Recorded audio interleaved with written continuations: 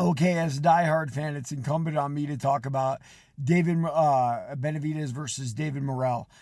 Great fight last night. You know, Morrell, WBA regular champ, Benevidez, the interim WBC champ. Both guys Canelo avoided. They moved up to light heavyweight and won interim titles there as well, or whatever you want to call the regular title, WBA.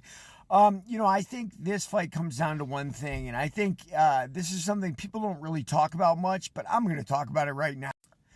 It's well known that Cubans are incredible boxers. That's because, right, obviously they didn't have pros for a long time. And so their amateurs were their pros, and they had a long time and a long induction into the Cuban boxing style, which is very stick and move, very amateur based for obvious reasons. And Cubans are definitely some of the best fighters in the world. Now, that having been said, on a large scale, they don't generally win, right? They're the runners up, it seems, every single time.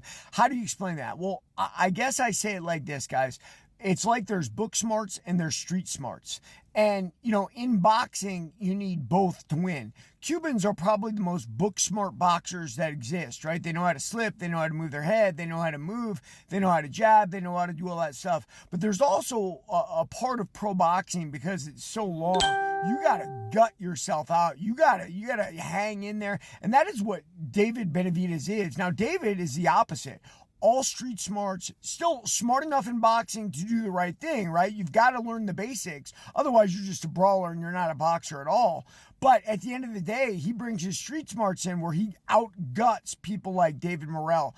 And I thought the fight was absolutely, obviously incredible. Morrell even scored a knockdown and then gave that away by hitting after the bell. But maybe he was trying to generate some of that street smarts that just wasn't there for him. In any event, guys, we should be happy we had this fight. I didn't get to see all of it. I saw highlights. Why? Because I'm an old man and I go to bed early. But yeah, what a fight.